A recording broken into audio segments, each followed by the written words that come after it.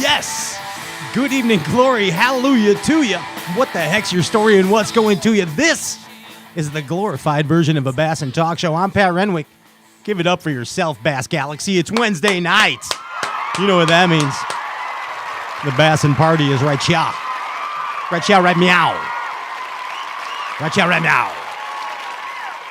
And we're happy. We have a guest we've been waiting to have on for a long time. And this guy's a character, and not only that, but just an amazing bass fisherman. The iconic, legendary Tommy Biffle joins Stray Cast this evening. It's been a while since Tommy's been on. He was on the Bass Buzz radio days, Ginge, and then, what was it, season 1? Yeah, 2016, I believe. 2016. Way back yonder on the Chattahoochee. Been a minute. That guy talking right there, that's Andrew Ellenberger. He's a Ginger Ninja right there. He produces the heck out of this thing. I brought you in early, Ginge. Sorry. Yeah. There you go. Yeah, but I mean, Biffle's here. It's Biffle, awesome. the iconic Tommy Biffle. And I see you have your Tommy Biffle signature shorts on, Ginge. I do. You're wearing those. Just to get in the spirit Just of the for season. this show. Hey, so then we're also bringing back tonight, Ginge, and it's been a long time, speaking of 2016, the Bassin Roundtable. Remember that deal? I do. Remember the Bassin Roundtable? Well, we're bringing in, this dude's cool AF, as the kids say. Every time I run into D. Mullins, he's just exuding cool. Dave Mullins, Bassmaster Elite Series angler. He's in the round table tonight with Tommy Biffle.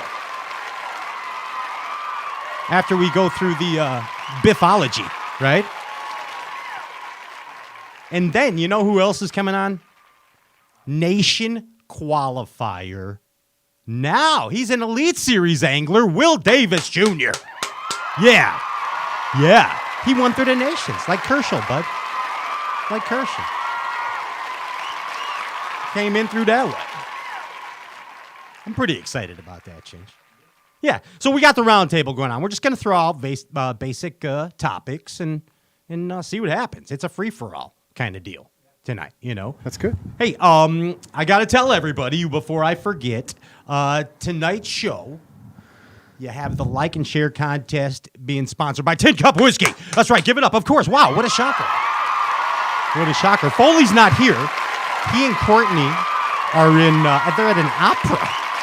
They're in the and now That's no excuse. I know, Jimmy Houston came out. Thank you, because that's what I told Foley. Just saying. Jimmy Houston had a bling-bling mask on and everything for Matt Robertson. Remember, he came to talk to Matt Robertson at the opera. He's the Phantom of the Opera. So anyway, Foley and Courtney are at the opera, and I guess they bag the phones. What does that mean? They bag your phones. Like Ziplocs and... Yeah, it's a phone bagging opera. Yeah. That does not sound fun. But anyway, the Tin Cup Whiskey word of the week is a Biffle Bug. It's Biffle Bug, that's right. So when you hear Biffle Bug, take a sip of whatever beverage you may choose, whether it be Tin Cup Whiskey or a Cafe Con Leche. And we ask you, please drink responsibly, Bass Galaxy, whenever you hear Biffle Bug. Right, Ginge? So, Ginge, there we go. Thanks, Foles and Courtney and Tin Cup Whiskey. They got the new 14-year, Ginge. Yeah, Foles is bringing in some 14-year over for your holiday festivities. That's a good... I think you like that. Yeah. You're gonna cook it up warm with ginger and spice, aren't you? And everything nice. Hey, Ginge, so the other day, you and I were having a conversation, all right, on the phone. And we were talking about Berkeley. We were talking about Dave Mullins. Mm-hmm. We were talking about Chris Grow. Yeah. And all of a sudden, what just starts popping up in my YouTube feeds? Like, they heard us, right? Oh. Dude, was that not crazy or what? Now, whatever. They're Pat's nuts. Oh, yeah. Pat's nuts, he doesn't, Ginge, it happened. It does. But you know what else happened that I thought was pretty cool? OmniaFishing.com came up. Yeah. It did. Because they are in our brains, Ginge. The world of the internet has now has figured a way to tap into us, and they did it. And then what was cool was actually all the ads that came up were everything that I was talking about in the 2 previous days. Right. Hey, Perfect time for stocking stuffers at OmniaFishing.com. See how we did that completely awkward intro lead in right there, Ginge? Yes, OmniaFishing.com, completely renovated, shipping strong, and they got all kinds of good stuff going on over at Omnia. Check them out, OmniaFishing.com. Hey, also, if you're festive and in the holiday mood, you know what it is? It's flanny season. It's flanny season at Simms. And also hoodies. Hoodies and flannies. I have the zip hoodie. Ginge, I'm into zip hoodies. And Bass Galaxy, I'm into zip hoodies these days. They're very accessible. You know what I mean? And they have those right now. SimmsFishing.com. Also, Omnia has the Simms apparel. Ginge, also, I'm just running down the Christmas list right now. I hope my family's marking this off. Impulse Lithium. Yes. Hey, the Pro Pack. Want to save money and be efficient and thorough on the water and not have to worry about anything with your batteries? Try the Pro Pack. There it is. Boom. Now, Ginger, last thing that you've been doing is a YouTube experiment. You've been experimenting on YouTube because we never promote our YouTube, ever. Correct. Right? Yes. So now we're doing an experiment, but don't tell anybody what the experiment is. That's fun then. Yeah. Yeah. Go find out for yourself. Yeah, go see what it is because it's completely stupid. So go to our YouTube thing and see our experiment. And you know what? It's accidentally working, just like other things we do. They accidentally work. Right? It's all right, Ginge. Hey, hopefully if everything goes well, next week, we're going to have a Christmas party here at Stray Cast. And I can't tell too much about it, but it's going to be cool. We'll have a cast of thousands, and it should be like the good old days in the Stray Cast Christmas fiestas. We're going to bring everybody in, Ginge. It's going to be a full boat on the crazy train. Should be interesting. Hey, I guess we're wrapping it right up here, Ginge. We got everything pretty much dialed in. Oh, like and share the live Facebook feed again for your chance to win Tin Cup Whiskey. It's a Tin Cup Whiskey Power Holiday Pack, courtesy of Luke Foley and Tin Cup Whiskey. All you got to do is like and share this live Facebook feed. Your chance to win the Tin Cup Whiskey Holiday Power Pack. We just made that up. It's a holiday power pack, but it's a power load. For real. Like and share the live Facebook feed. And also, Ginge, we have a Stray Cast giveaway pack tonight that consists of all kinds of goodies from the fishing room at Stray Cast. So we're going to send that out to a lucky Stray Cast viewer. All you got to do, again, like and share the live Facebook feed. Hey, good luck to the team competitors, the Bass Nation. One of y'all's going to the Bassmaster Classics, right? Hey, put the power poles down. We're coming back with the legend, Tommy Biffle. Don't go anywhere.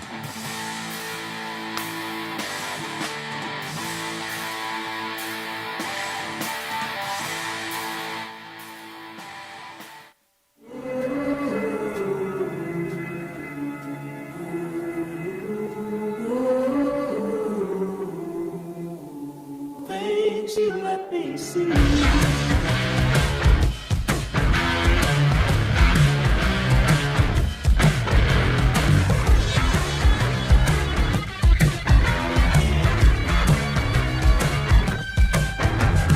Things you let me see. This is the mountain, and this is mountain whiskey. Unspoiled, untamed, forever wild. There's no safety net, no way down. Up here, it's just man and the mountain and his tin cup. Tin Cup Whiskey. Mountain whiskey.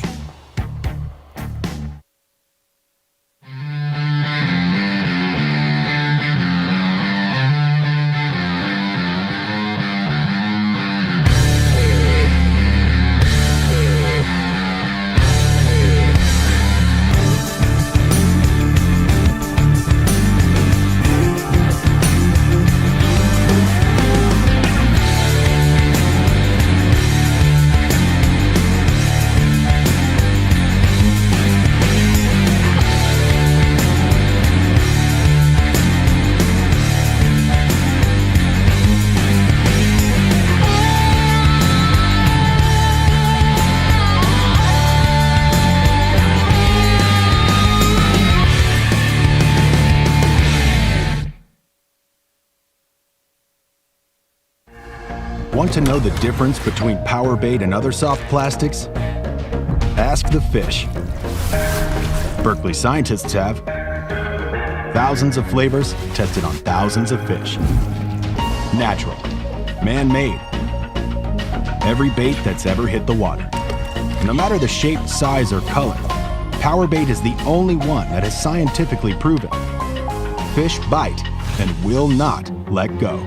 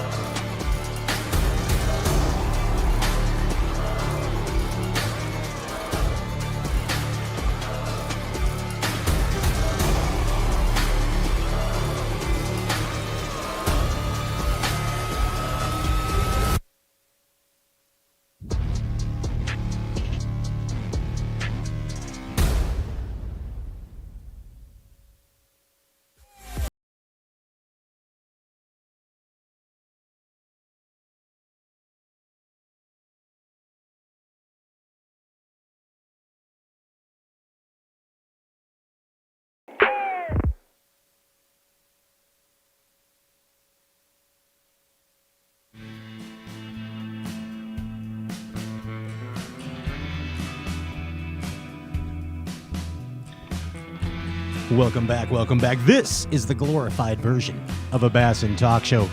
I'm your host, Pat Renwick, and right now, it's an honor for us to bring to you a rootin' tootin' hombre, bass fishing legend, the iconic champion, Bass Galaxy.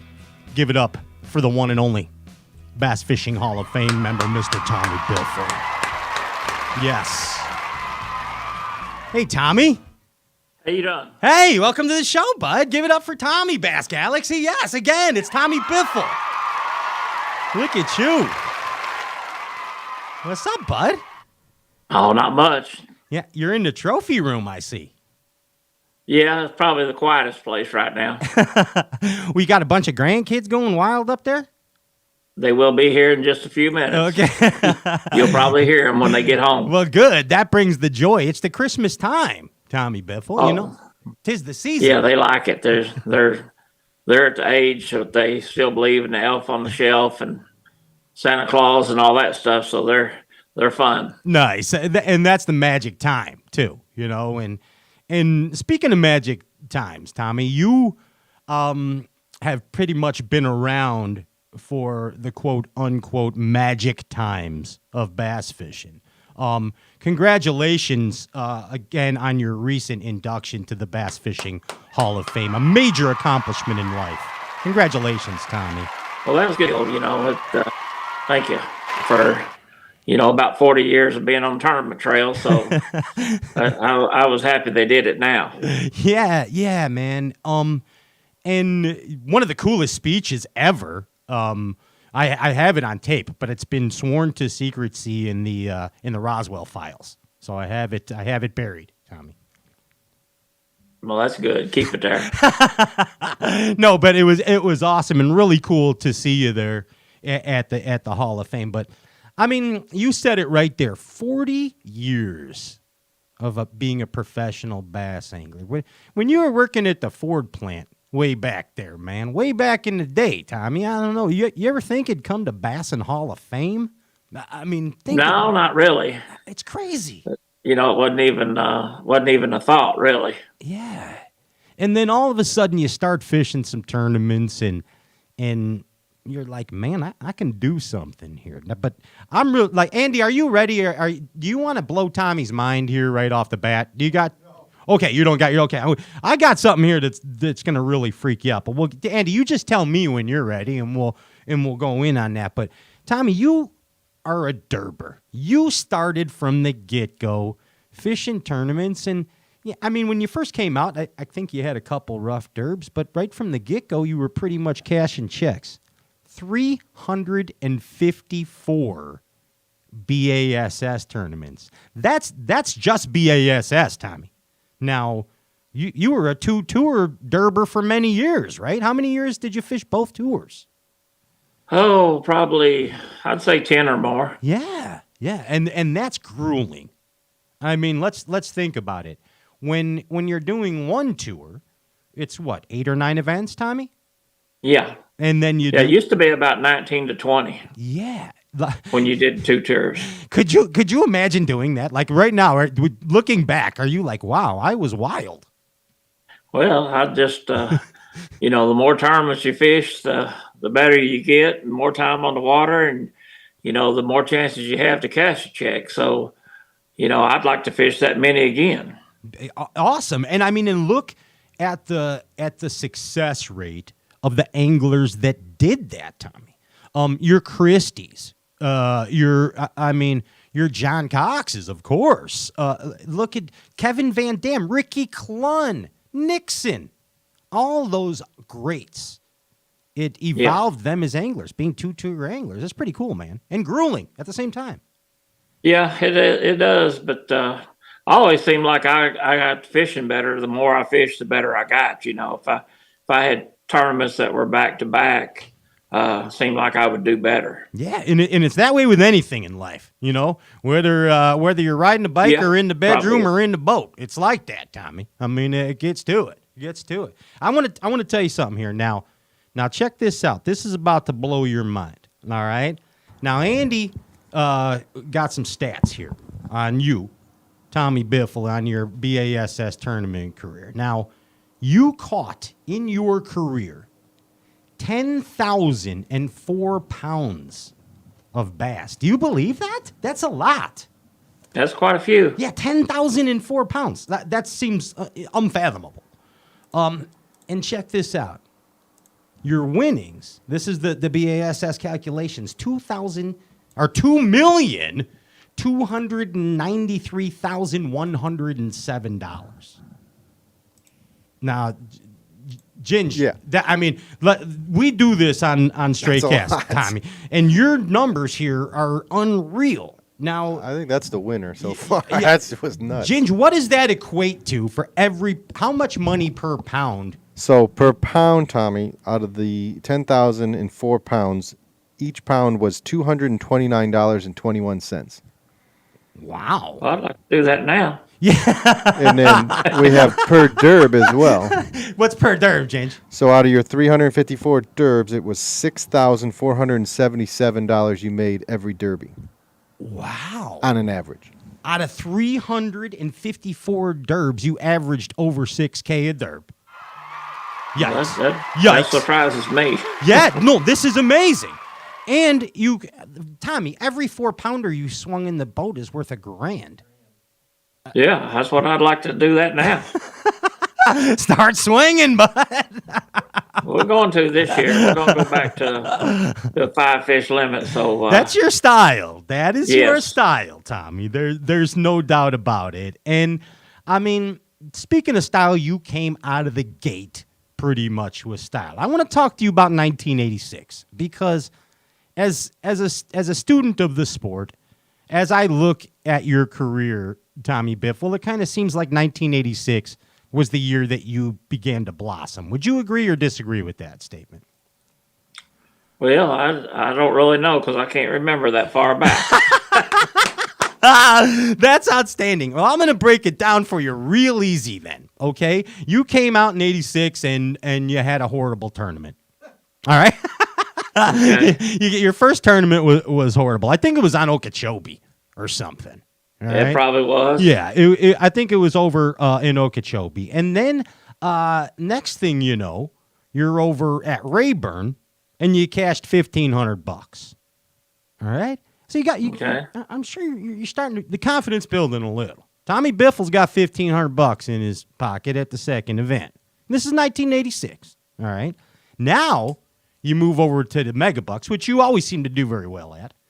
And you pop $6,300 in that one. Okay, that was over in Leesburg. And then I believe you went over into Missouri and cashed another $1,600 or so.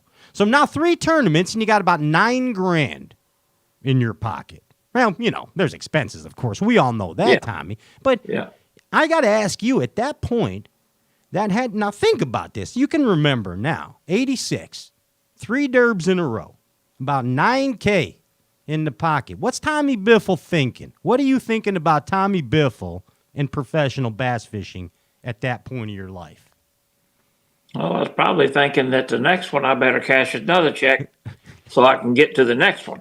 But you know what? You didn't, actually. And you didn't. The first national tournament I fished was on Table Rock, and I came in second. And Guido won it. Nice. I was second, and Denny was third. And I said, "That's company." I thought there was nothing to this, so I got off on the wrong foot from the very first one. You had a little boost of confidence, didn't you, Tommy Biffle? Yeah. I mean, but pretty amazing. And then from then on, from 86 on, you soared.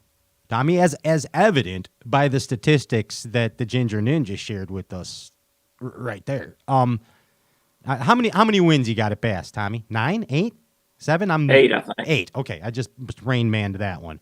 And I think let me ask you this. Which one of those sticks out to you? I know you get asked that a lot, but I have a reason for this. Which tournament, which win sticks out to you in your brain? Oh, probably the one here at home, here on my home lake. Yeah. That I had more friends and family and everything here, so I'd have to say that one. That was a special tournament, not only because it was at home, but I think now correct me if I'm wrong, that's kind of the first time I really started to hear about that Biffle bug too, wasn't it? It was. That was the first tournament I fished with it. Yeah, man. And that tournament too, if I remember, something weird happened and you guys couldn't practice or nothing. It was going to be on the Arkansas River. Yes. And the river flooded so much that they had to move it to Fort Gibson. Fort Gibbs. Yeah, and then everybody's like, it's Biffle's tournament. It's Biffle's. And lo and behold, you showed him it was your tournament. Easier said than done, right? I mean, it worked out that way. Yeah. And man, that was a cool tournament. Not only at home, winning it on the bug, but I remember in that tournament you saying, I have the videotape in the green room here, and I'm a nut. I watch this kind of stuff. And you said you listened to the fish. And that's why you won. You listened to the fish and you had the right lure. That's why you said you won. Yeah. What does that mean? Probably right. What does that mean, Tommy? You listen to the fish. Well, you got to listen to them and do what they tell you. If you're dead set on throwing a spinnerbait and they're not biting it, you better listen to them and lay it down and pick up something else. Yeah. So you find out what they do want. Because you're just kicking the dead horse. Otherwise, you're just being stubborn. Yeah. But you seem like a stubborn guy. I'm not going to lie. But you listened to the fish and you won. Well, that's how come that hardhead's called a hardhead. It wasn't hard to figure out a name for it.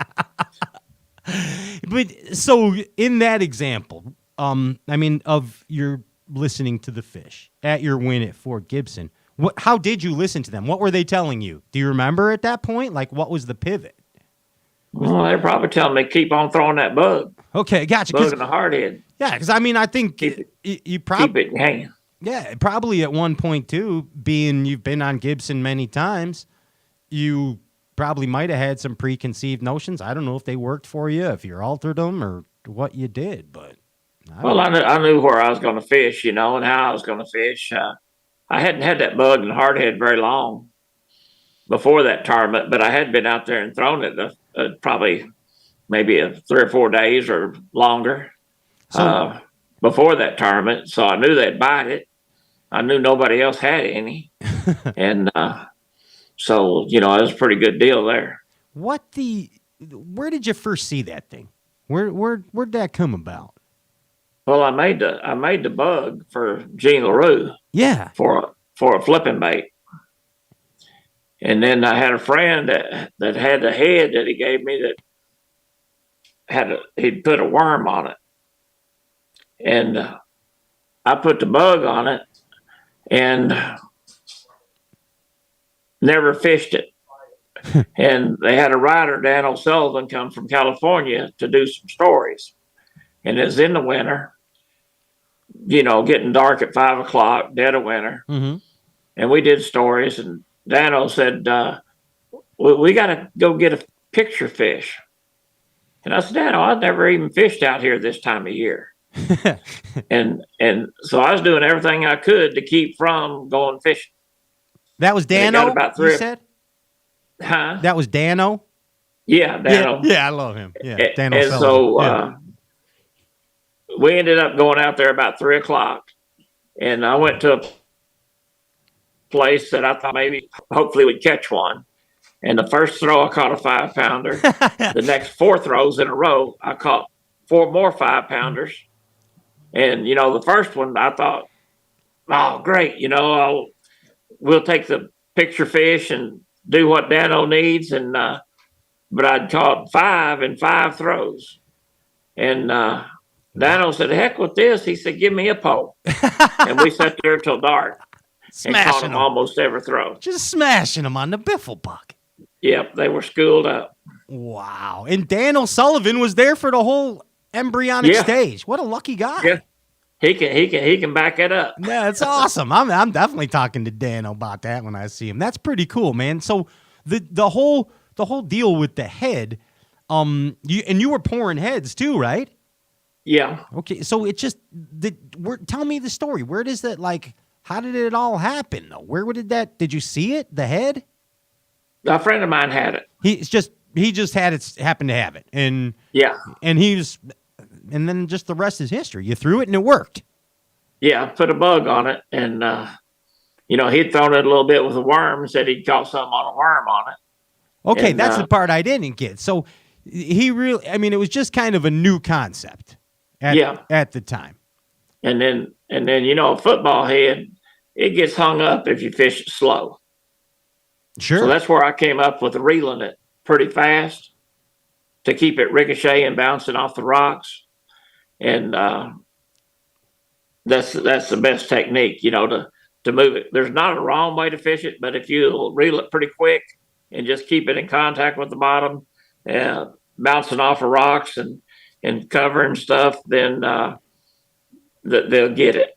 Yeah, it's one of my favorite smallmouth lures. Smallmouth love it. Yeah, it's just. And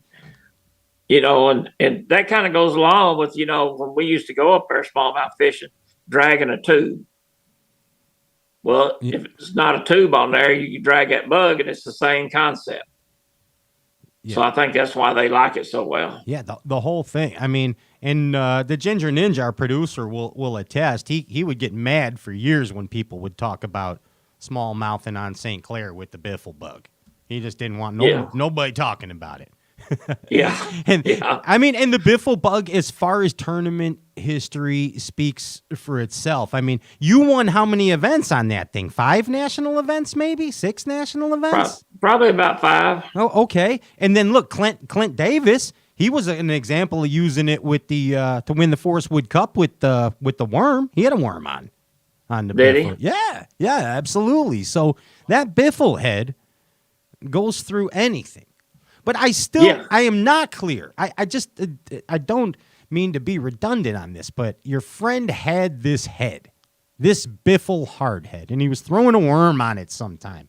But it's just like, did he just think of this? He thought of it, and he started making it? Or did he see it at a tackle show, or where did it come from? No, I think he had a football head mold, and and he fixed that mold where it would have that swing head to it. Okay. And he said here his wife made my boat covers for ever since I've had a boat. She's made every cover for every boat I've ever had. Awesome. And so he said, here, I've caught a few fish on this, putting a worm on it. You ought to try it. Well, being the smart guy I am, I never did really try it. And one day I thought, I'll put that bug on there. And I was at a tournament somewhere over on the out east. And I had a bug on it laying in the rod box. And then when Dano, I never threw it. I just tied it on and should have, took it out of the rod box, thrown it there in the tournament. I'd probably done better. But it was laying there on top of the rods there on the rod box when Dano wanted to go. And I just thought, well, I'll throw that. Okay. And that's what started it. And all crazy like that. And I'll still never know where your buddy found it. Like, oh, he had a mold. He's gonna try and make a swing head. I don't know what makes people that invent things that are awesome, where it even comes from. It's magic. Yeah. It's magic. How's that, Jen? Sorry. Yeah. I mean, just like a gosh dang chatterbait, Tommy. Yeah. I mean, those certain inventions that are so significant in bass fishing, and certainly the Biffle head is. It is. It's and it's good for a lot of different applications. Big worm, fishing on ledges. I use a light one, a 3/16 a lot of times on shaky head. Really? Okay. Okay. And so it's got a lot of different applications. Not on a spin pole though. No, I usually throw that on bait cast. There you go. Good. Yeah. We didn't think. Hey, one of the coolest victories that I remember watching was that Dixie, what do they call it? The Dixie Duel that you won over there in Decatur. Oh yeah. Yeah. And man, like, talk about a classic bass fishing victory. Do you remember the 3 baits that you were using, Tommy, in that tournament? Yeah. That was 2009, I believe. Yeah. But tell the Bass Galaxy. Well, I was catching them on a jig with a salt crawl trailer, and I was catching them on I think a sweet beaver, were the 2 main baits. Yeah, and you even had a Lizzie in there sometimes. I think you were throwing the lizard a little bit too. I might have. Yeah. Those fish were spawning or getting ready to spawn, so and that was probably the only 3 baits I threw. It was, and I mean, what an amazing tournament for a flipping fan to watch. I mean, here's Tommy Biffle picking apart bushes and every kind of cover available with the 3 most amazing flip baits ever. And 2, that was that might have been about the time I got my power poles for my boat, and you could sit there and put those power poles down and sit there and flip every bush, everything right there, and then pick them up and move about 10 or 15 yards, set them down again, flip those bushes. So it really made it, especially in the pockets that the wind were blowing in, and it would have blown you in on the bushes right from the get-go. But you could put those power poles down and really pick it apart. Yeah, I remember exactly you saying that, and also Zona commenting on it at the time, Zona and Sanders. And yeah. I mean, every bush, Tommy, every bush that you went to, you picked it apart with a fine-tooth comb. And like I think every bass fisherman in America after that tournament went right to the tackle store or wherever, got some BMF hooks, some 5/16 tungsten, and some black neon beavers, and some lizards, and some black and blue jigs. Yeah. That's how it went down. I mean, yeah. And then everybody's out there now. And you were also saying at that time, that's when I first remember you talking about the pool cue, the old pool cue flip stick. Yeah. I mean, that's your deal, ain't it? Yeah. Yeah. I've still got them. It's basically a pool cue with guides taped on it. I've heard you describe it that way, your flipping stick. Yeah, it makes for a good push pole every now and then. So what's you get guys like Greg Hackney that will say you want that softer tip parabolic rod. You got Denny Brower who says he goes with that old 80-20 type principle, like his old Daiwa sticks. And then you have 2x4 Tommy. So, Yeah. So what's your theory? What is your theory with the 2x4 flipping stick? Well, that's just what I got used to back, when the very first flipping stick I ever had was one of those old Fenwick.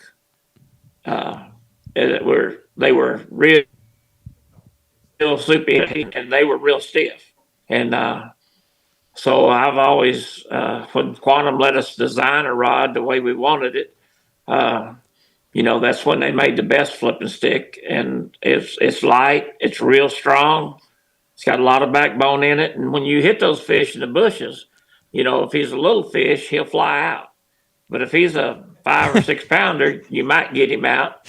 And if he's a great big one, you need to get him away from that bush so you can get him. Hey. So I learned to pitch and flip with that stiff a rod. And it's just like I can't take Denny's rod or one that Hackney likes and be near as accurate with it, with that tip on it, as I can with mine. Yeah, and that was a Fenwick, the first one, your original one you learned with, Tommy? Yeah, back a long time ago. Gotcha. All right. And so did it come time when Quantum said, "Hey, Tommy, design a rod"? Did you kind of give him an old Fenwick, or what? Did you take it from scratch, or how did you do that? We kind of made it from scratch. Just kept making it stiffer. And I've always said I was a stiff rod kind of guy. They let me make a jig rod that was, 610 for jig fishing. And it's a heavy action rod. And, when I set the hook on them, I want them to move. Now, are you biffling with that same rod? Are you biffle bugging with the same rod, the 7.6? I started with it. That 610 is a 610, that blue rod. Oh, yeah, okay. And, I started with it, and I got in a tournament at Alabama, on the Alabama River. And I was throwing that bug and hardhead upstream and bringing it down with the current. Well, those big old spots would hit it, and they might come 2 or 3 feet before you could catch up to them to hit them. And sometimes when you'd hit them, you wouldn't get a good hook in them because you'd be up here. Gotcha. And so then I changed to a flipping stick that Quantum had for a bug rod, and it was way too limber for me to be a flipping stick, but it made a real good bug rod, and you had that 7.5 foot rod, so you got a good hook set in them. And ever since I started using that, that's what I use. Gotcha. Okay. So the flipping stick you're flipping with still is only 610, or is it 7? No, it's 7.5. 7.5, and your jig rod was 610. The blue one that Quantum had. Yeah. Gotcha. And the Biffle hardhead rod you're using these days is what, a little softer than your 7.6 flipping stick? Yeah. Gotcha. Okay. Yeah, it's a little softer. It's so it takes a little up more softer. I gotcha. So when you're reeling, you load into them a little better. Yeah. And you ain't pulling it out of there. Yeah. Hey, one more victory I want to talk to you about before we move on a little bit to some iconic Biffle is the 2013 Mississippi River. That was a crazy tournament. Like, just all kinds of stuff going on during that tournament. And I know for dang sure you weren't even expecting on winning on smallmouths. No. On a tournament like that, man. No, I had really the perfect tournament, the perfect pattern.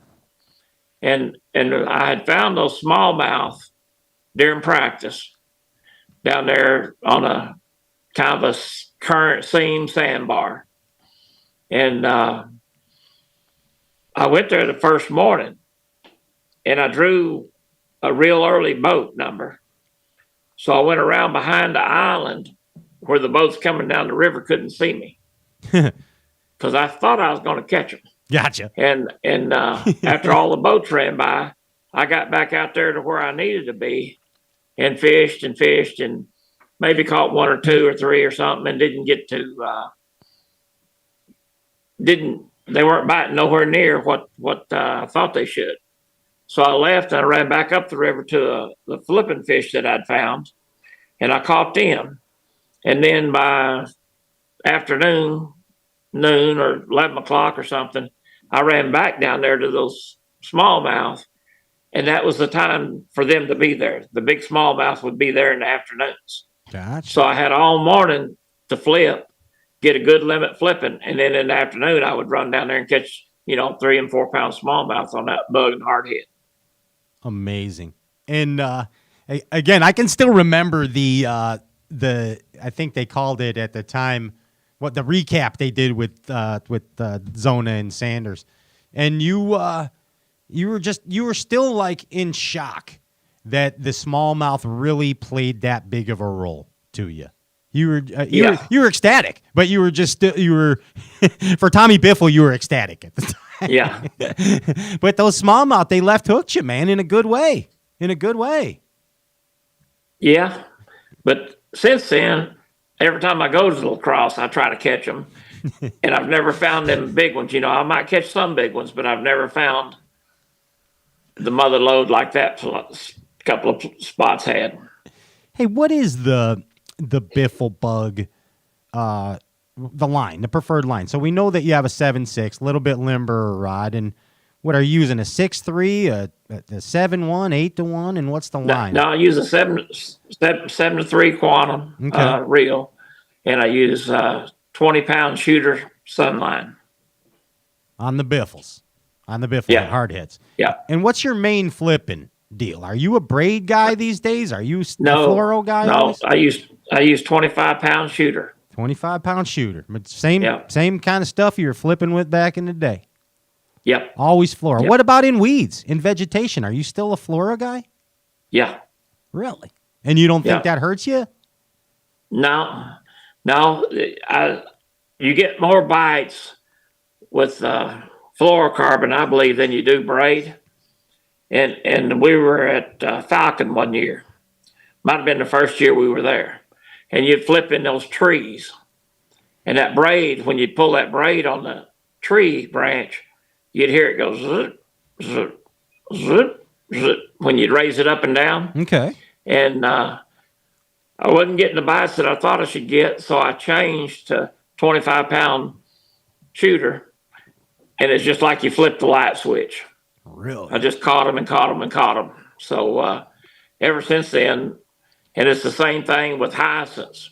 You flip that braid in hyacinths, and you hear it pulling and going zoop, zoop, zoop. It works good. It cuts it. When you get a big fish on, he'll cut the grass, but you got to get him to bite it first.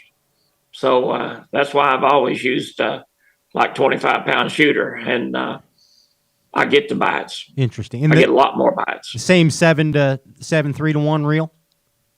Yeah. Okay. Or 8-1 now. Gotcha. Now, what's your hook that you're throwing with that you're flipping with these days? I use a 4-aught and a 3-aught most of the time. It's a wide gap hook. I get them from Academy. They've got a real good one. It's straight shank like you've always used to? Yeah. Okay. Yeah, it's just like the old BMF hook. Okay. But it's an Academy brand. I get it. Okay. And the 3 and the 4-aught you're putting in the Biffle bug. Yeah. And do you ever, like, say you're flipping the heavy vegetation, you ever snelling that, or what kind of knot does Tommy Biffle tie into that straight shank? Yeah. If I'm flipping like in hyacinths or that heavy vegetation, a lot of times I will snell it. Okay. But like wood, lay downs, whatever, just what's the regular knot? Polymer knot. Yeah. Gotcha. Okay. No problems there ever for Tommy Biffle, cracking them like you do. No. With a polymer knot. That's pretty awesome. That's awesome. The I think it's pretty cool how that you flip with fluorocarbon. There's a lot of anglers that still subscribe to that theory too, in the sound, and not only for the fish, but it just drives them nuts as they go along flipping with the braid sound. You know, whether Yeah. it's And that one time at Falcon is what, why I got off of it, because it was just like you flipped the light switch. I mean, I was flipping these roll of trees and get a bite every once in a while. And then as soon as I picked that out of the rod up, same bait, same everything, it was every tree, 2 or 3 bites. And it was so obvious that that's what you need to do. so you subscribe to the theory of get the bite first, and then I'm going to worry about getting them in the boat, not whether the braid is going to help you achieve that fact. You think you're going to get more bites 100% on fluorocarbon, and that's why you stick to it. Yeah. And then two, like you were talking about, I worry about getting the bite before I worry about getting him in. And I always flip to the center of the bush or the heaviest, thickest part, the first flip. I never flip around the edge or anything, hoping he'll bite it and he'll swim right out, And I can't tell you how many people that's fished with me that said, well, what are you going to do if he bites it? Because they think, you can't get him out. But you can. Yeah, you figure that out when it happens. Yeah. Now, I'm going to make an obvious statement here, but I think I should make it that that extra stiff pool cue rod is an essential element to your setup there, your system. Yeah. Your fluorocarbon 25-pound would not work with more of a moderate rod.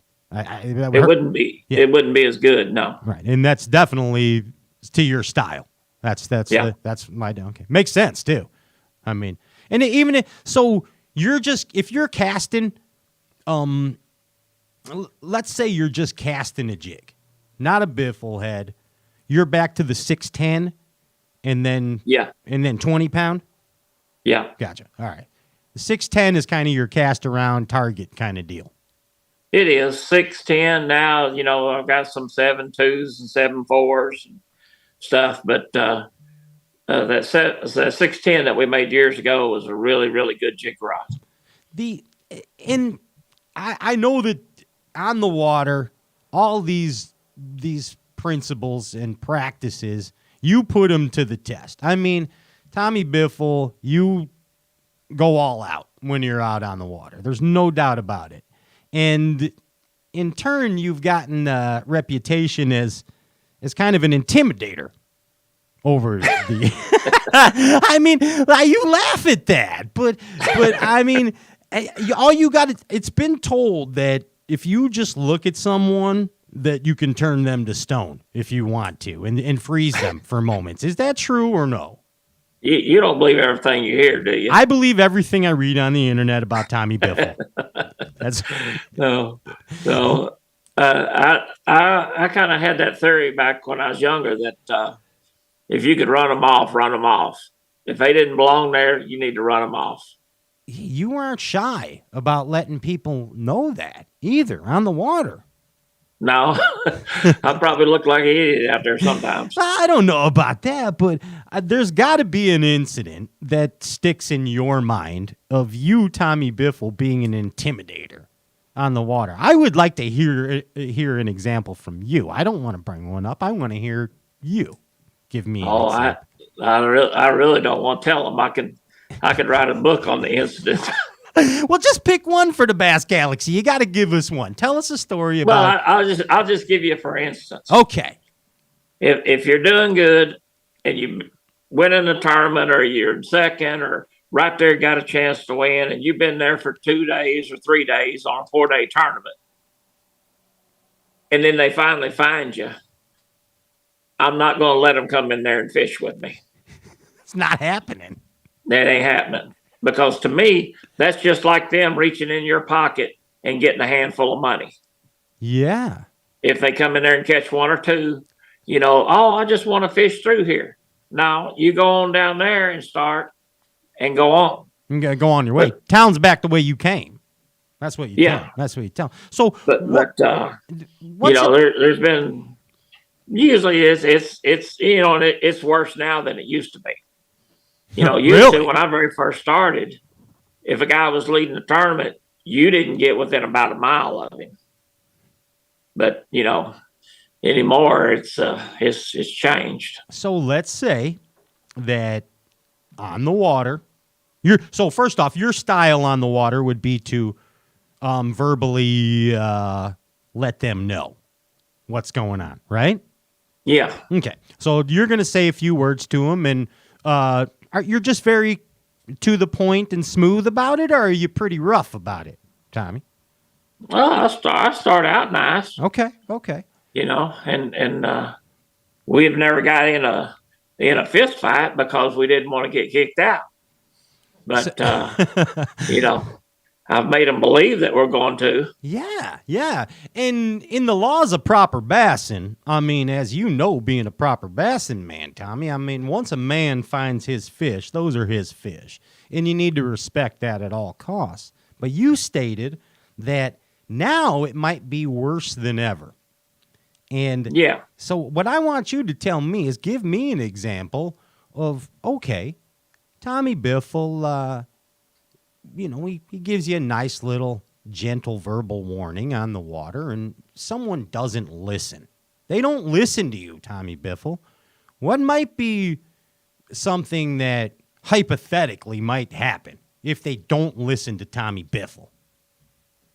Well, so far we ain't had that situation. Okay. And you know, and two, in my defense, at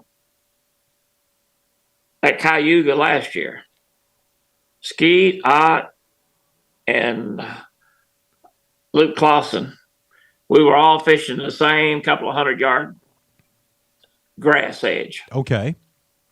And we'd all just, you know, meet or fish by each other, and we might fish within 5 or 6, 7, 8 feet of it, of the boat.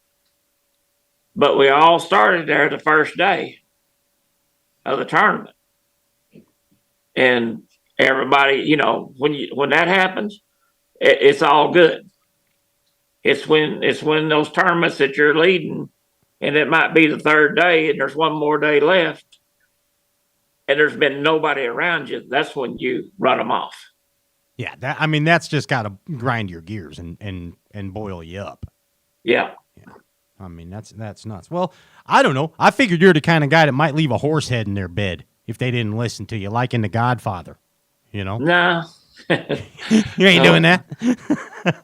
Might do something, but it won't be a horse head. Hey, think back to a young Tommy Biffle, a little boy Tommy Biffle, you know, going to the pond, going out in the boat in Oklahoma, wherever it may be. And I want you to tell me, what was that first bait, like the first lure that you were really fond of, Tommy, the one you really loved, that really got you into bassing? What was it back then? Well, it probably had to be a plastic worm. Plastic worm. Okay. Well, Yeah. What were you throwing when you were a kid? I was throwing jelly worms when I was a kid. I think it was a Big Daddy fliptail worm. The Big Daddy fliptails. I know exactly what you mean. Yeah. And we where I lived, we lived in a housing addition, but we were the last house in that addition, and the rest was woods and fields. And there was 4 ponds within walking distance when you was a little kid, you know, within about a mile or 2. And we had the first pond, the ocean pond, the snake pond, and the second pond. Okay. And I call each other and say, hey, let's meet at the first pond. Well, me and a couple of my fishing buddies, we'd meet at the first pond.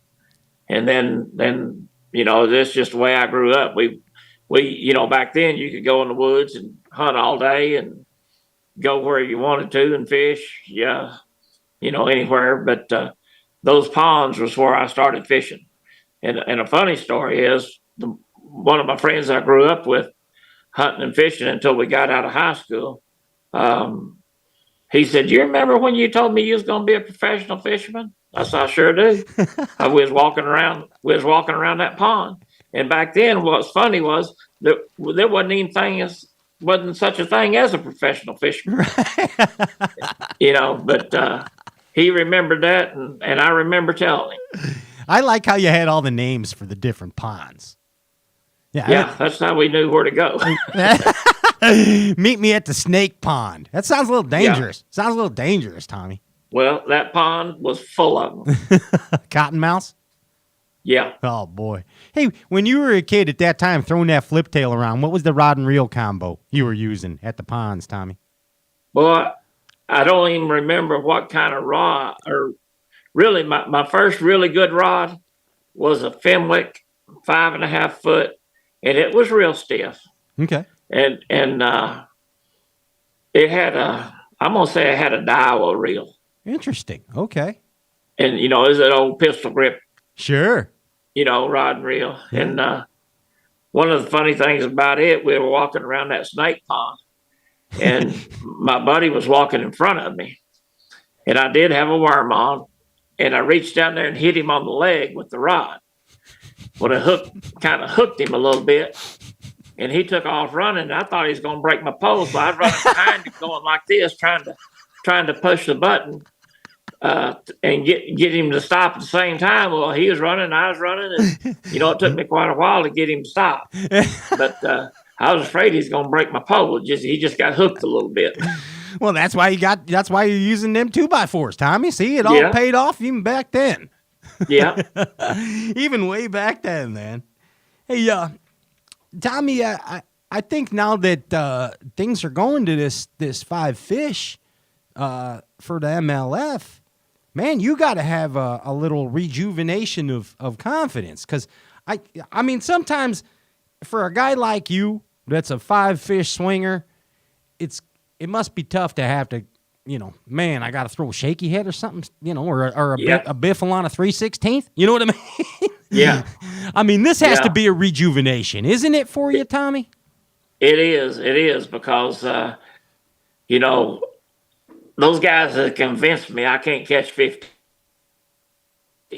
And back when I do the seminars, I'd tell them, I said, I would rather get 5 to 6, 7, 8 bites a day as to catch 50 little ones.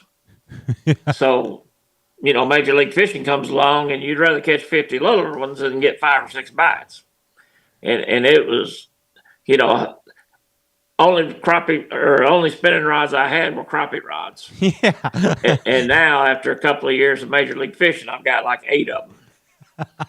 But they're fixing to go in retirement back to the crappie fishing. Put them away.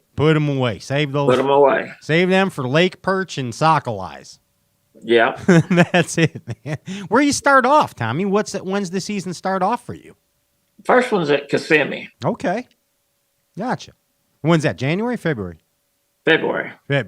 All right. You packed already? You going to start packing tomorrow now, since you're so excited? No, not yet. Let's get Christmas out of the way, right? But I will have those flipping sticks ready. Who you got? Oh, hey, Tom, you want to do a little Bassin Roundtable? Yeah, it's fine with me. Okay, hey, we got a couple. That's an old segment we used to do way back when you used to come on the Bass Buzz Radio, and at the beginning of the Stray Cast days, we used to do the Bassin Roundtable, and in honor of you coming back, we're bringing back the Bassin Roundtable. All right. Okay. All right. So, Ginge, you tell me when we're ready. If we got our guests, loading them up, Bass Galaxy. All right. So. We got coming in from the Elite Series. He's somewhere in Indiana, I think. When I talked to him the other day, Tommy, he told me he's coming to Indiana, and I said, that's a bad move. There's nothing good in Indiana. But, hey, here they are right now. Give it up for Will Davis and David Mullins, Bassmaster Elite Series anglers. What's going on, guys? Hey, guys. Hey. What's happening? So... Tommy, you know Mullins. You know Mullins forever, and Will Davis here. He's a Nation guy. He come up through the Nation. Now he's a Bassmaster Elite Series angler, like your old bud Brian Kerschel. Yeah, yeah, I mean, pretty cool, isn't it? yeah, I mean, yeah. how you doing, Will? I'm doing great. I'm doing great. How about y'all? Well, I'm doing fantastic. I'm doing a bass fishing talk show, and I'm talking to Tommy Biffle and the ever cool Dave Mullins, and now you. So I think life's pretty good for me, Will. Yes, sir. Well, life's good for me too to be on here with these guys. Dude, you're going to be a Bassmaster Elite Series angler.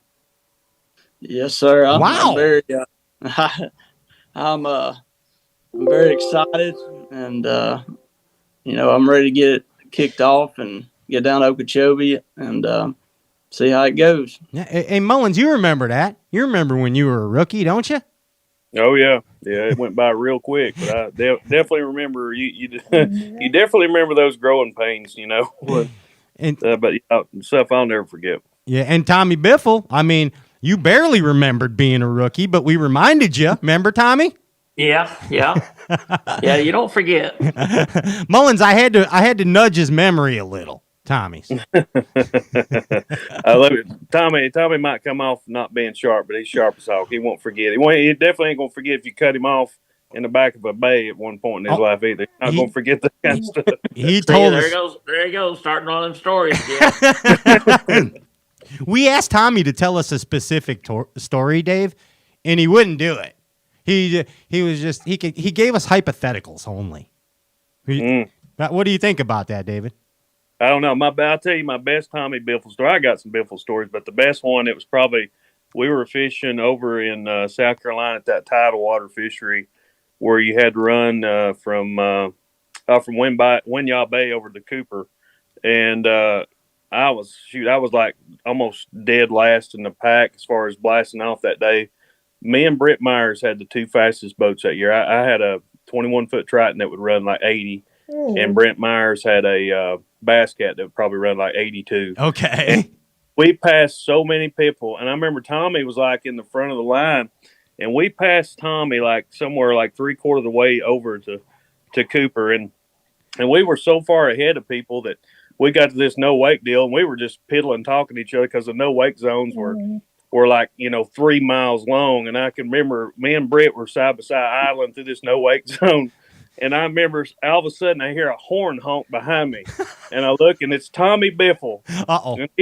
And he's idling behind us. He said, "You going to run that fast? You better idle fast too." And that was my best Tommy Biffle story. Did you idle fast, David Mullins? We had to pick it up because Tommy was pushing it, so we picked it up a little bit. Wow. You remember that, Tommy? Yeah, I do.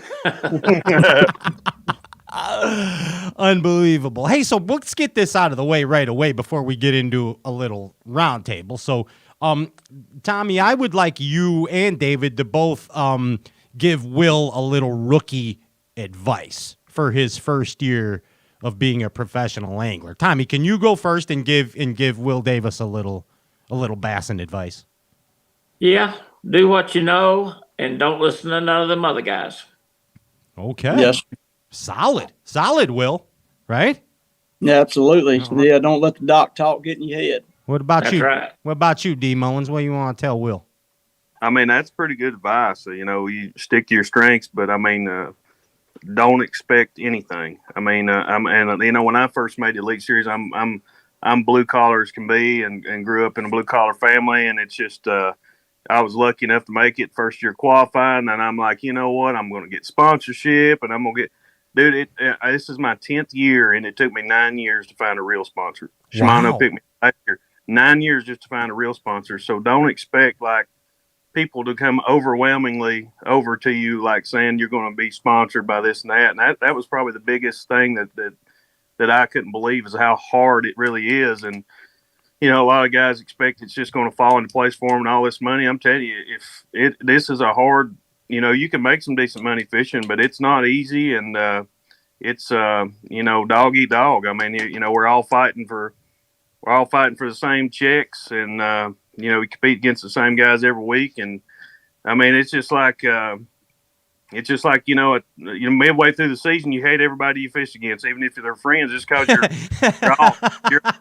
you're all trying to kill each other all week, and it's just like, dude, I don't want to talk to nobody. But you know, after the season's over with, when I can finally calm down and relax. And I don't even pick up a fishing rod from September to January, you know. And but it's just don't expect anything. Just go out there and fish your strength. And like Tommy said, the big thing is don't talk to nobody. Just do your own deal. Yeah, excellent advice. Will, are you nervous at all to be an Elite Series angler? Do you got jitters at all? Oh, of course. If you love something and you finally make it to the biggest stage that you can get to, you daggum right, I'm nervous, but in a good nervous, Okay, gotcha. I mean, but you're ready to kick ass, right? I mean, you really are. You're ready to. That's the goal. You want to go out there and step on some throats, but also you're gonna eat a lot of humble pie for sure. Yeah, and are you more of a Dave Mullins style fisherman or a Tommy Biffle style fisherman? No, Dave Mullins. Dave Mullins. Okay, and Dave's more Dave. I think you're a winder. You like to wind, don't you, Dave? I do. I want to tell Will now. Tommy's won a lot more tournaments than I've ever won, so he might want to consider how he likes to fish. Well, I consider Will Davis a swim jig fisherman. I consider David Mullins. I'd call you a cranker. I'd call you a cranker, David. That's a fair, yes. And Tommy, I'd call you a flipper and a bugger. And no disrespect by calling you a bugger. Yeah, I do wind a lot now, though. I wind that bug a lot. I know you're a bug winder because you accommodated to your style. So yeah, would you say that you might not be the best crankbait fisherman out there, Tommy? Is that disrespectful or fair to say, or I don't know? That's kind of fair to say. Don't like them. I used to get them on and they'd get off. Because you're using a pool cue, first off. Davey's got eyes tied to a pool cue. I've got boxes and boxes of crankbaits, but if I can catch them on a single hook, I feel like I've got a better chance to get them in. Okay, so now you're going to this big 5-fish deal. All right, Tommy, again, and you're on a ledge bite now. And they stop hitting the hard head, the wobble head. And they're going to hit a plug. All right, Tommy, you can get them on a plug, but you don't got the confidence in the plug. So, well, I do. The biggest stringer of bass I ever caught, I caught it on a crankbait. Is that right? What was it? Well, it was at Chickamauga on a super bass tournament, and it was pre-practice before the tournament started. And running up the river there, I caught from 7 to 10 pounders everywhere I stopped. Oh my gosh.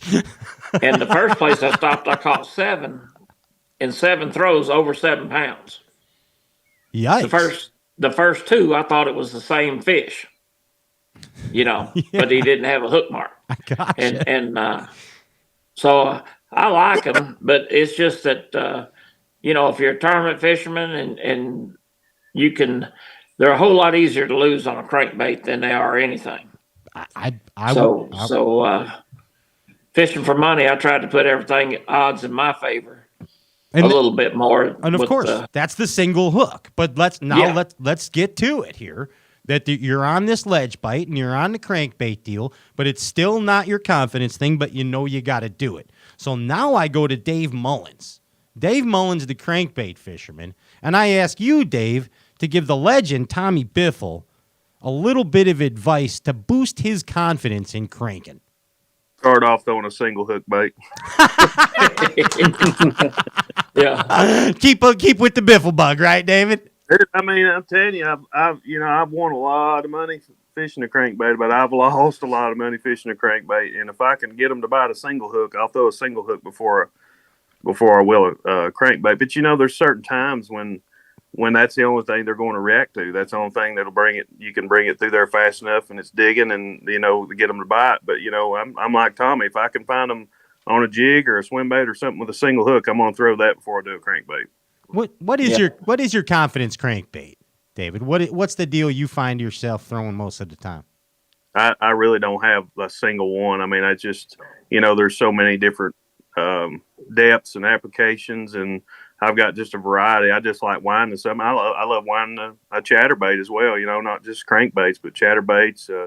Just anything I think I can cover a lot of water with, and just keep burning down the bank. And that's what I like doing. But I don't think I've got one specific crankbait where it's this situation, because you're fishing 3 foot deep one week and next week you're fishing 25. So there's you have to have a wide variety of them to cover it all. You ever throw wood baits, David Mullins?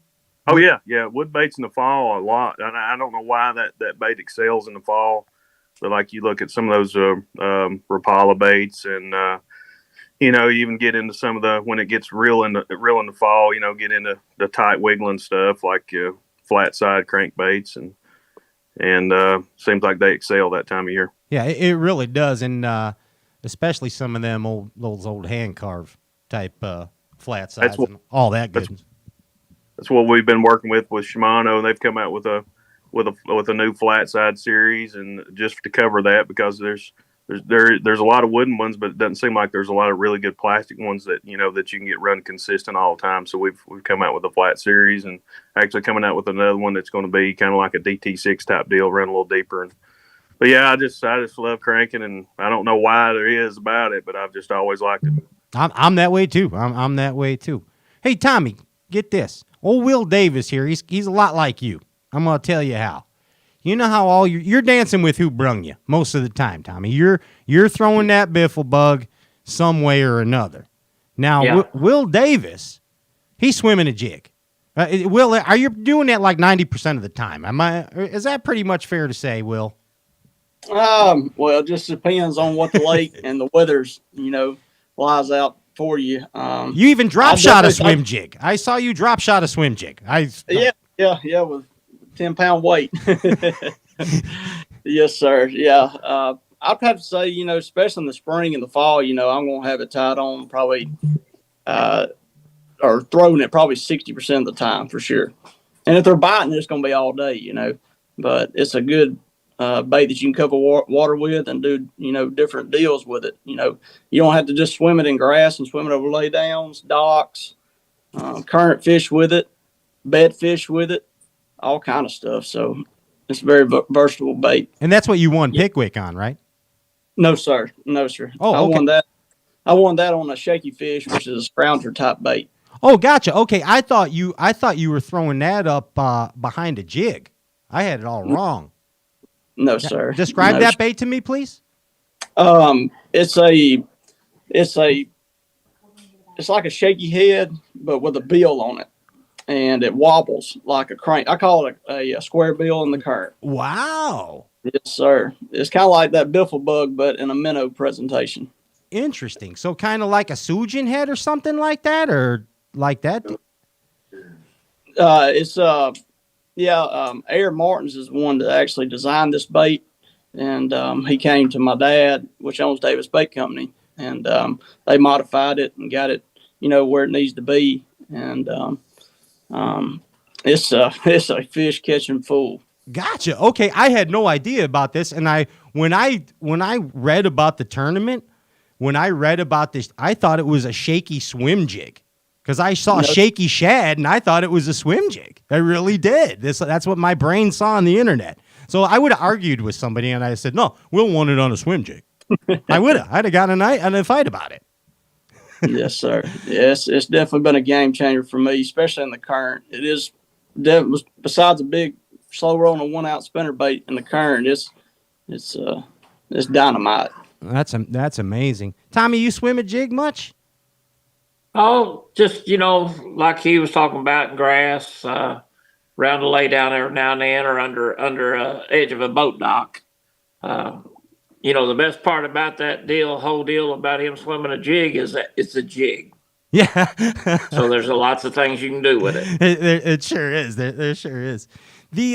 So Tommy, you ever swim a biffle head? I actually know some people that put like boot tail type things on a biffle head. I put a lot of different baits on there, and one thing that works really good, in September's a terrible month to fish, unless you're up north. I think you can get any bass fisherman that travels the country to agree that September is probably the sorriest month that there is. I'd rather fish in January, but putting a stick type bait like a Cinco or Yum Dinger is what I use.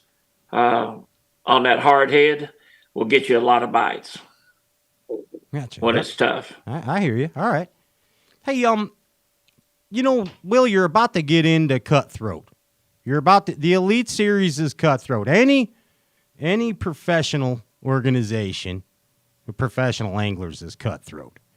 And David Mullins even said, we're all fishing for the same checks. Remember when you just said that, David?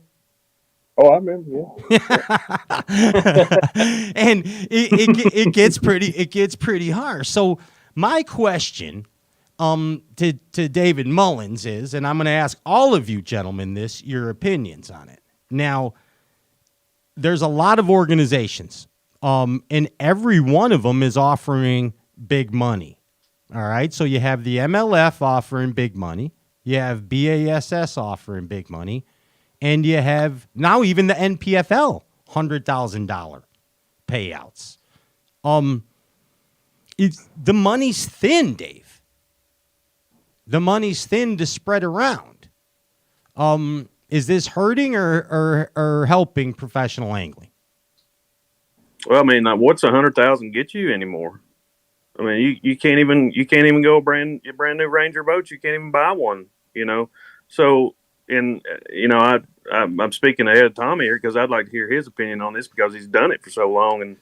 But like you look, and we've come full circle. We're back to fishing for a boat again, and really not even fishing for a boat because you take $100,000 and you can't really do much with it, and and it doesn't seem like the payouts are getting better anywhere. It's just I don't know if it's a competition over the how small the outdoor industry is, or there's just I don't know. I don't know what the answer is, but I've said it before in some of our meetings. 100,000, you can't even remodel your bathroom anymore for $100,000. Just it seems like So Yeah, it's just that's why I say it's you. I'm a miracle that I was able to do it because I started off with no sponsorship. I won a Ranger boat on Douglas Lake. I sold that Ranger boat. I fished out of that Ranger boat a year, qualified through the opens out of that Ranger boat, and then sold that Ranger boat for my entry fees the first year on the Elite Series. wow.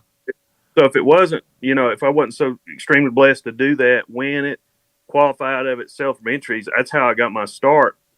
And it's a miracle that I've been able to do it because, you look at the expenses of everything, and it wasn't as bad in 14 as it is now. I mean, I paid $6 a gallon for diesel when I was up in New York last time. Yikes. And the expenses are going through the roof, and the payouts are going down the other way. So it's not like the payouts are getting better; they actually go down. So, I and the thing about it, fishing is like us as professional anglers, we don't ever really get to talk to each other very much. The only time I would see Tommy's in the weighing line. We don't ever get to communicate or anything. So, I finally got to see him at the Hall of Fame this year and spend some time with him there. But, as a group, we don't get to talk to each other about this much because we never get to spend any time together. But I got a question for Tommy is like, when was like the meat day of like where anglers made a lot of money in fishing and his opinion on where it's going and what state is in now? Excellent. Well, I think, David, probably the best it ever was back when we first started the E50s. And I think a lot of other guys that was in bass back at that time really thought that was probably the heyday of it. Yeah. Early 2000s. Yeah. Whenever it was that they started them. And, like you say, it hadn't got any better. And we don't get a cost of living raise, but we had a raise on everything else, like you say, gas, hotels. Everything costs so much more now than it did. It's terrible. You don't want to put a pencil to it. Yeah, and they ask us, and a lot of this stuff is like that. Talk to high school kids about encouraging. I'm like, how can I look at a high school kid in the face and encourage them and tell them this is a good living, because you have to sacrifice so much and it takes so much hard work just to, finally get a sponsorship base to make it live. And it's just like, I can't sit here and tell them this is a great thing to do, but it's going to take a lot of work and you got to sacrifice a lot of stuff. I mean, heck, for for 3 years, I slept in the back of my truck and in Aaron Martin's camper, traveling just to save money, just to do it. So it's a lot of sacrifice in it. Yeah, and I think all of us that especially started a long time ago, we've all slept in the truck a lot back when it was early, when you first starting. But I don't know how the young guys that are starting now, how they make it, because it is so expensive. Yeah. Well, let's ask Will. What do you think, Will? Dave Mullins said that basically now you're coming into the Elite Series at a time where you're fishing for boats again. You're fishing for a boat. No, I know it. It's a scary times for sure. I'm like with them guys. I would definitely be sleeping in the back of my truck for sure. Just to save a dollar here and there. Because it's tough. And having a little girl at home that's 5 months old and wife, and none of us made of money. Sure. Some of us are, some of us not. But you just kind of got to take it day by day, and save the best you can, because it's going to be tough for sure. You're getting into a big deal here. And do you have a major sponsor right now that's taking care of most of your bills, Will? No, sir. So you're doing it on your own? Well, I'm working on it. Okay. I'm working on it for sure. Gotcha. But I mean, Yes. like Dave said, Dave, what took you how many years to get a sponsor? Well, it took me 9 years just to get a real sponsor. So Just a real, yeah. Yeah. It took me 9 years, and and that's the thing. When I made it, I'm like, well, heck, at least I'll get free rods and reels and be able to. No. I mean, even talking to people, and it's like every contact that I've had that people want to sponsor me. Yeah, I never did very good reaching out to people. It's always people that's called me or contacted me, or I've met a relationship with somebody. I've never reached out blindly and ever got a sponsor that way. And it might work for other people. That's just me. Gotcha. How about you, Tommy? Did sponsorships come easy for you? Like, start? No, if I could, I'm just like David. If I could say the biggest downfall of the whole career is I won't hardly ask anybody for anything. And so, my sponsorship dollars are not very good at all. And there's been other guys say, well, if I had your resume, I'd be making this much, and, I'd be killing it.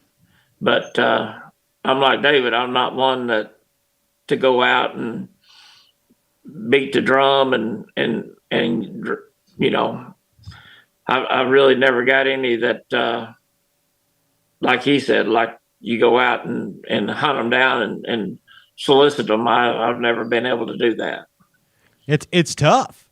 I mean, that's a tough thing. Will, what do you think about that, Will? Hearing all that. Are you like these guys, or are you more outgoing? Well, as far as sponsorship procuring.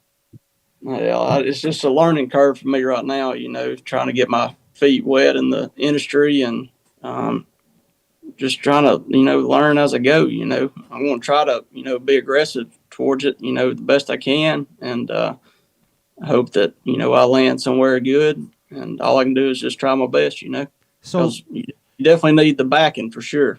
What would you say, Will, in your mind, that a successful professional angler makes from endorsements and partnerships? Not tournament winnings, but just sponsorship. In your mind, what is a number that a successful professional angler makes from endorsements and sponsorships? You talking about like somebody's been there for a long time? A successful angler. You define Okay. that. You define that. How many thousands of dollars a year defines a successful angler a year from partnerships? In my mind, probably about 60 to 80. 60 to 80. Dave Mullins, same question. Oh, I'm going to say half to 3/4 of the anglers fishing the Elite Series probably do not have their entry fees covered from sponsorship dollar. And that is what? How much is that? Entry fees are $45,000. I'm going to say at least half or 3/4 of them do not have $45,000 covered at the beginning of the year. Wow. So $45,000, half of the field wouldn't have it covered. Tommy Biffle, in your opinion, what does a successful professional angler make without tournament winnings included? Well, if they're real successful, I'm talking about 5 or 6 of them. They make a lot, What's a lot? couple of A 100,000. couple 100,000. And then if they win some derbs, they're doing Yeah. they're doing extra good. Yeah, They're doing but the extra. way it's like David said, there's not very many of them. You could take half of them, and I would say that they're not getting 50,000. Wow. I mean, They're nuts. not. They're just maybe covering their entry fees. And here it is, the American dream for every bass fisherman, pretty much every derber, everybody that reads Bassmaster magazine, they want to be an Elite Series angler, a professional angler, right? You remember that as a kid, Tommy. Dave, you remember that as a kid. Will, Yeah. you remember it as a kid. Now you're here. And now it's the brutal reality of, all right, now I got to not only catch fish, but I got to pay for all this shit too. It's tough. Yeah, absolutely. Now here we go. Here's the advice. This is why I got you here, Will. I hope you see that I what's going appreciate on that. here now. Appreciate that. Dave Mullins, what's your advice to him? Coming in out of the gate like this with all this sponsorship stuff. I would say my biggest advice would, and when I ran with Andy Morgan for a while, and Andy would drag me to these shows, and I hate doing. I mean, I'm gonna tell you, I hate doing shows, but I've seen you there. like when I was fishing the PAAs, and before I made the Elite Series, when I was in the Opens, like Morgan got me going to like the NWTF show. That has nothing to do with fishing. NWTF show. He drug me to the ICAST show, and Andy don't like doing shows either. But I tell you what happened there, and I might not have got sponsorship there, but you know what? I've met people at those shows that in somewhere down the line I've had a relationship and they helped me. And I didn't go to those shows asking them for anything, and I never did ask them for anything. But my biggest advice would be with sponsorship is just, don't expect a dollar bounce, but just go out there and meet people. And I did that, and it seems like every time, even though I hated going to those things, that I've met people somewhere down the line that's helped me in the long run. Excellent advice. Actually, Absolutely. very real. How about you, Tommy? What would you say to Will? Catch all you can catch. Catch all you can catch. That's when I started. I didn't have any sponsors either, and I'd quit a real good job, and I had to catch them. So you wanted to know earlier in the show why I started out real good? Yeah. It was because I had to. You had to catch them. Yeah. Yep. You had to catch them. My buddy El Dirty Fighter says catching fish fixes everything. That's what he tells me. Seth Fighter tells me catching fish fixes everything. It helps. Pretty much. Pretty much does. Yeah, I mean, especially with what you guys do. That keeps the lights on. It keeps the lights on. It's going to keep your baby fed, Will. Yes, sir. Yeah, I got to go catch them. My second advice would be is never leave them biting. Catch everyone you can, because you never know. There's been many times where I'm like, you know what, I'm gonna leave this deal, I'm gonna leave this school, and they never show back up. So I've anymore. I catch every freaking thing I can and don't leave anything for the next day. Or somebody else is sitting on your juice, Yep. Yeah, they come and try and find Tommy Biffle on the last day all the time, Will. We heard that. We heard that. Tommy, you burn them up too? If you find them, you burn them up? No, usually because when I was doing good, I was catching one here and one there. Okay. So I didn't never have a big school that I could, catch them all or set on or, catch 20 pounds and leave and come back next day and catch 20 more. I'm always hunting and pecking. So, I'm gonna go back to hunting and pecking this year. I like it. Flip stick and biffle bug in hand. Yeah. No messing around. No messing around. Hey, Will, what's your game plan for the 2023 season? So here you come, a brand new guy. Give me a basic game plan, or let's call it this.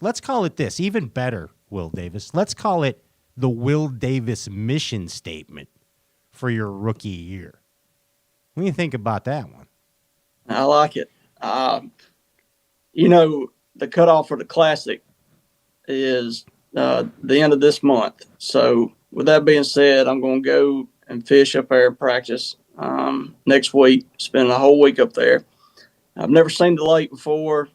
You know, it's a current place and all that good stuff. And it kind of fishes back, you know, like these lakes around the house. It's a drawdown lake and all that good stuff. So I'm excited about that one. And then right after that, I'm heading down to Okeechobee, prepare for that.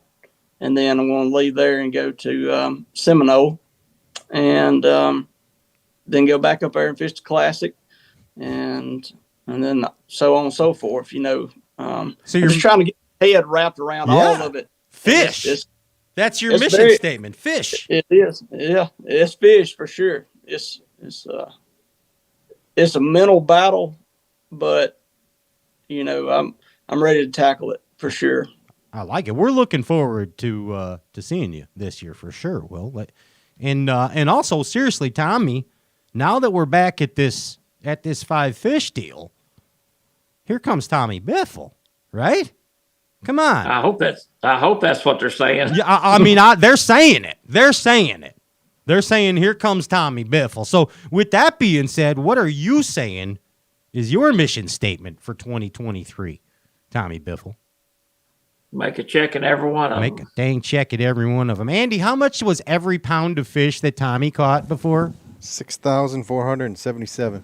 So wait, per pound though. What was it per pound? 200 and something bucks? $229. Hey, Mullins, every pound of fish that Tommy Biffle caught in his career averaged $229 a pound. Every 4-pounder he swung in was basically a G.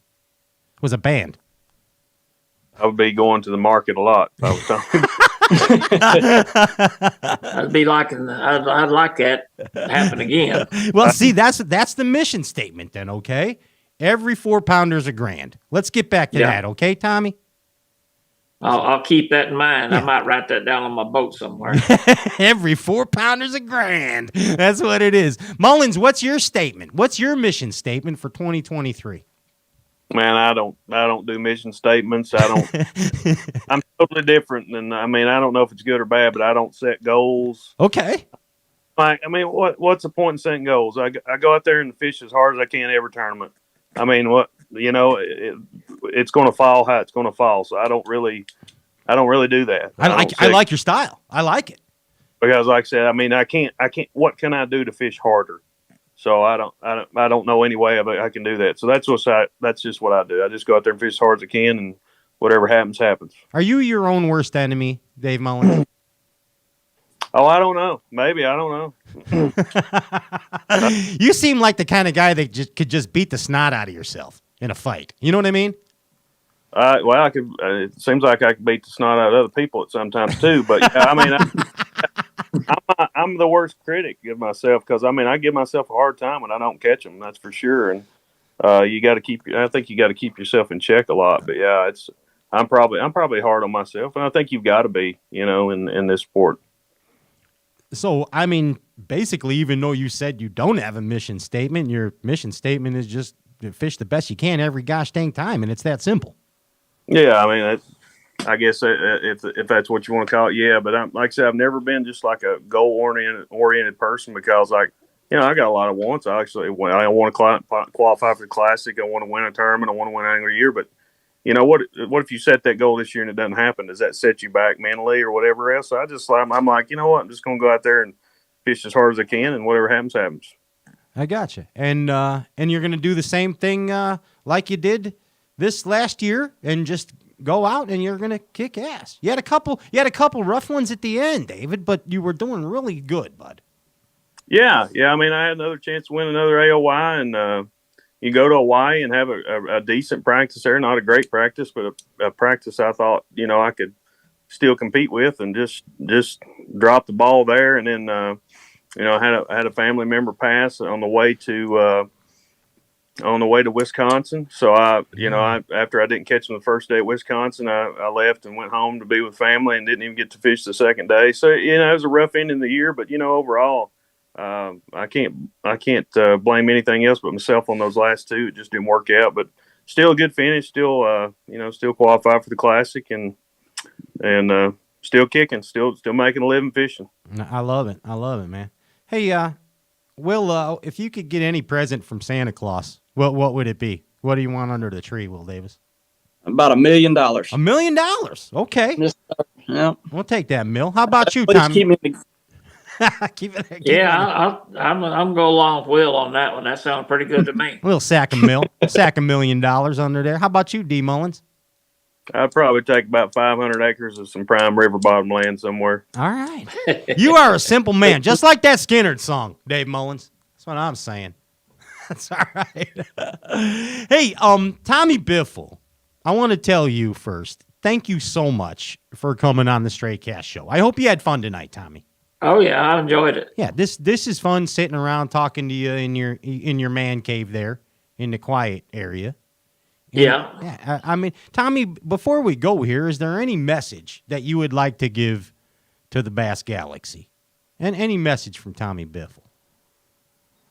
I always say go early and stay late. Go early and stay Fish hard as you can, and fish as often as you can. There it is. All right, hey Mullins, I'll see you soon at the BMC. Will, see you there, man. Yes, I mean, sir. It's going to be a crazy year for the elites, and a crazy year for MLF. You guys all have promising 23s ahead of you. I see it in the crystal ball. You see that, Tommy? You see our crystal ball? Yep. Every I like the fish, way you think. every 4-pounder's a grand. You know, if I swing one in as a 4-pounder, you might hear me go ka-ching. Hey, Will, thank you so much for coming on here. We'd love to have you on again. Hurry up and win a tournament. You too, Dave. Thank Yes, you, sir. Yeah, thanks for Big man. coming on. Yeah, I'd just like to say, appreciate you coming on. And last thing I'll say is, Tommy, you stay off my hoe. Y'all have a good day. Bass Galaxy, give it up for Dave Mullins right there. Will Davis. And, of Thank you, sir. course, the legendary Tommy Biffle. Guys, thanks so much. Merry Christmas. Merry Thank you, Christmas sir. to you. Thank you. Chris, see. Hey, take care. Tommy Biffle and Will Davis, Bassin Elite Series rookie. That's fun, Ginge. Little round table. Smashed it out at the end. Best of luck to those guys in 23. I think they all got a promising year coming up, for real. You could see it. It was exuding off of them, for real. I like the round table, Ginge. Yeah, Mullins is awesome. Yeah. And so is Will, and so is Tommy, of course. Yeah. It's good stuff. What do we got to do? Give some prizes away? If you want. Yeah, let's do that. We have a tin cup whiskey Christmas extravaganza hot bag. It's a hot pouch. We do? I hear it's a hot pouch, Ginge. It's a hot pocket. It's a tin cup whiskey hot pocket. Yes, give me music. Thank you. Is that me? I feel naked without the music. What was that? I got you. I like the jazz. Yes.